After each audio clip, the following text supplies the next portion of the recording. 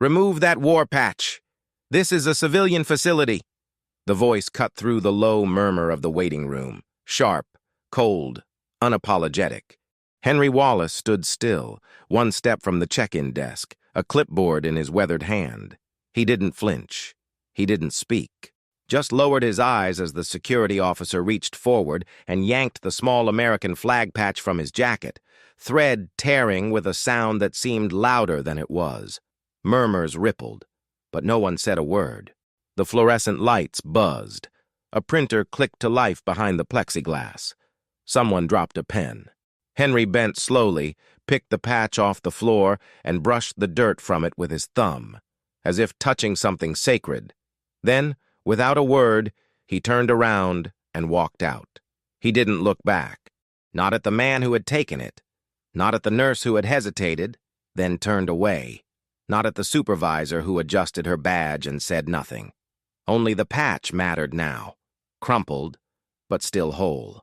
He stepped out into the November wind and disappeared down the sidewalk, boots tapping a rhythm only he could hear.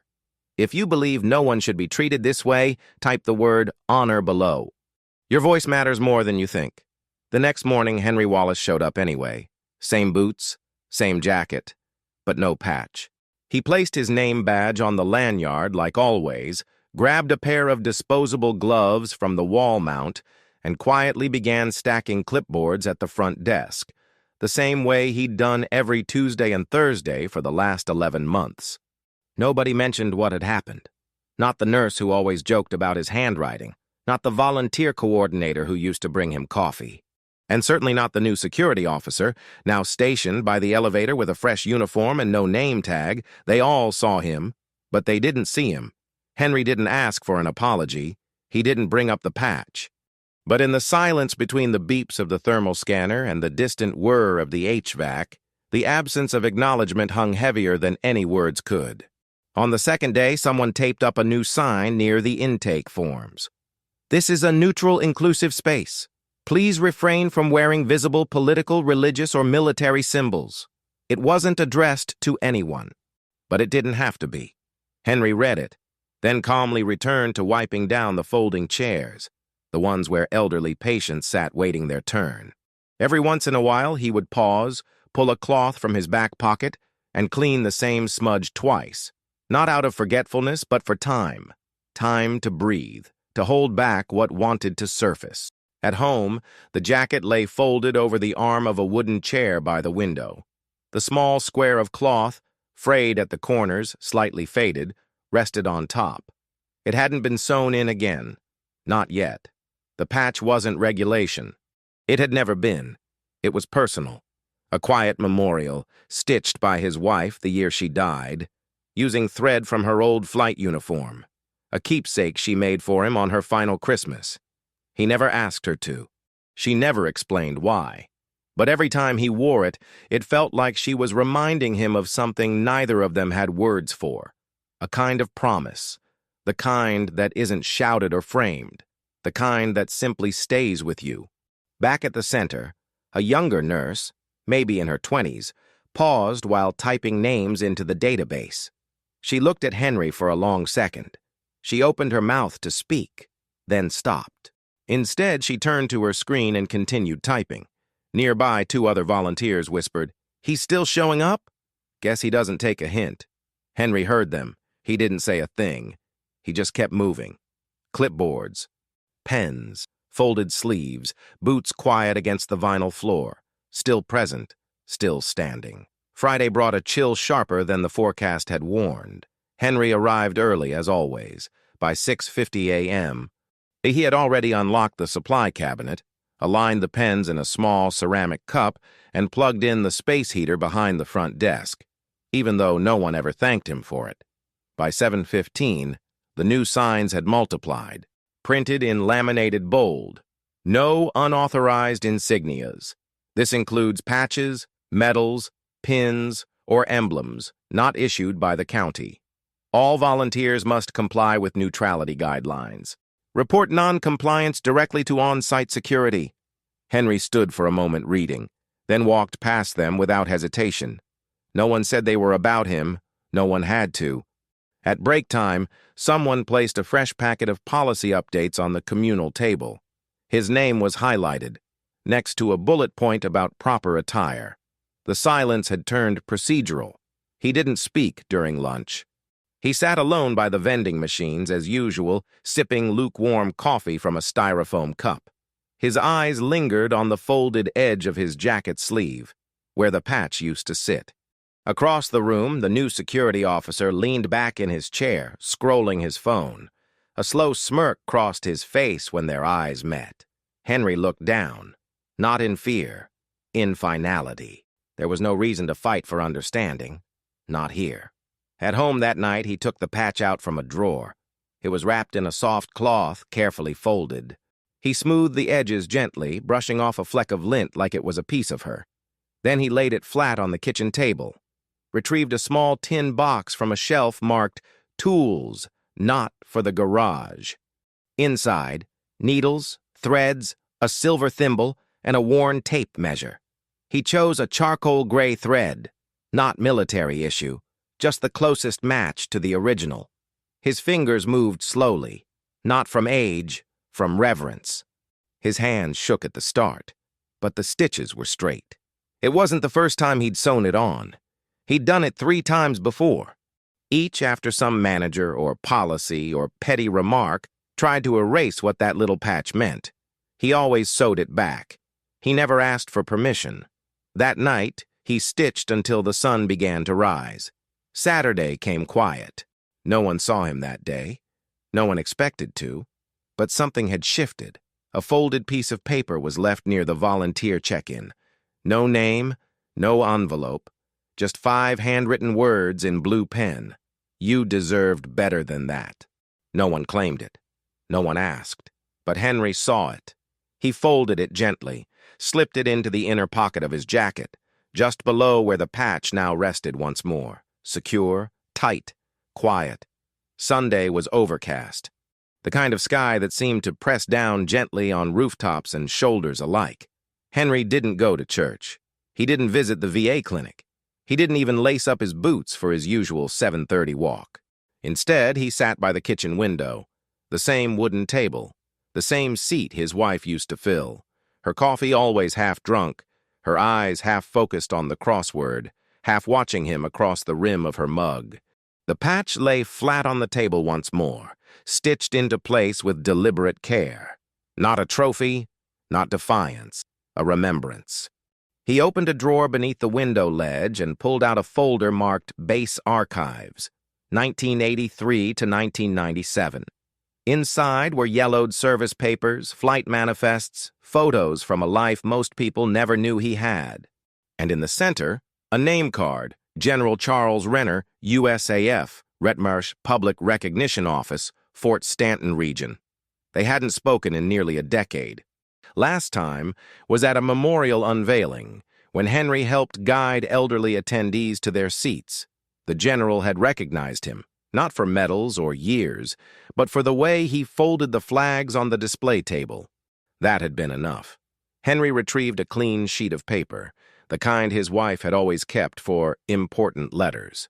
He began writing, carefully, slowly. "Sir, I don't write to make trouble. I don't want headlines." But last Thursday, during volunteer hours at the downtown center, a security officer removed a patch from my jacket without consent. It was not regulation issue. It was made by my wife, also a veteran, as a way of honoring those we served with, and the life we built together afterward. I have not worn any rank or decoration since her funeral. Only that patch. This isn't about punishment. It's about what we choose to let stand. Not for me, but for what it stood for. Respectfully, Henry Wallace, USAF, retired field engineer, 52nd Maintenance Wing. He folded the letter, sealed the envelope, and affixed a forever stamp with the image of a waving flag. The corner curled slightly in the damp air, so he pressed it firm with his thumb. Then he walked, one step at a time, to the blue mailbox 3 blocks down, slipped the letter through the slot, and stood there for a moment after the clang of metal closed behind it. Just stood, hat in hand, head bowed, not in defeat, in remembrance. Tuesday came quietly, just after 10 a.m.